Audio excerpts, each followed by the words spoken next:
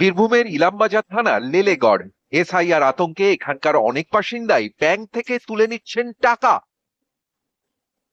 টাকা তুলে নিলাম, এখন কি করব? যদি এখান থেকে তাড়িয়ে দেয় তাহলে এই টাকাটা যতটুকু আছে ততটুকুও যদি চলে যায় তাহলে ভয় তো লাগবে। ভয় লাগবে না? যদি এখান থেকে তাড়িয়ে দেয়, ওখানে গিয়ে আমরা কোথায় থাকবো, কি করব, নাকি কোথায় রাখবে আমাদের, আদৌ থাকার জায়গা পাবো কিনা সেটা তো জানি না। না, কেউ বাংলাদেশ থেকে এসেছেন 30 বছর আগে, কেউ 10 বছর আগে। ঠিকানা লেলেগড় সংলগ্ন বাদপাড়া নিচুপাড়া। এখানকার ভোটার তালিকায় অনেকের নামও আছে। এরই মধ্যে পশ্চিমবঙ্গে চালু হয়েছে এসআইআর। শেষবার এসআইআর হয়েছে 2002 সালে। নিয়ম অনুযায়ী 2002 সালের ভোটার লিস্টে নাম থাকলে কোনো নথি দিতে হবে না। সেই সময় ভোট দেওয়ার বয়স না হলে মা বাবা কারোর নাম সেই সময়ের ভোটার লিস্টে থাকতেই হবে। এখানকার বাসিন্দাদের দাবি 2002 সালের ভোটার তালিকায় নাম নেই। এতেই তৈরি হয়েছে আতঙ্ক।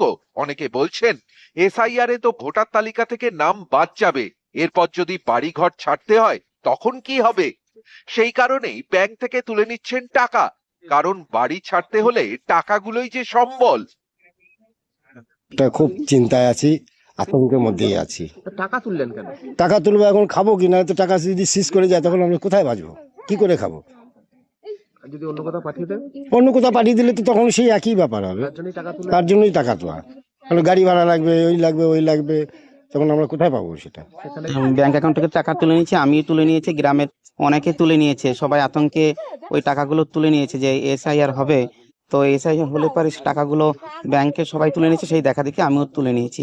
কারণ আমাদের ওই শেষ সম্বল, ওই টাকাটুকু নিয়ে আমরা যদি কোথাও আমাদের পাঠিয়ে দেয় তাহলে সেখানে গিয়ে আমরা ওটা খরচ করে কিছুদিন তো বাঁচতে পারবো।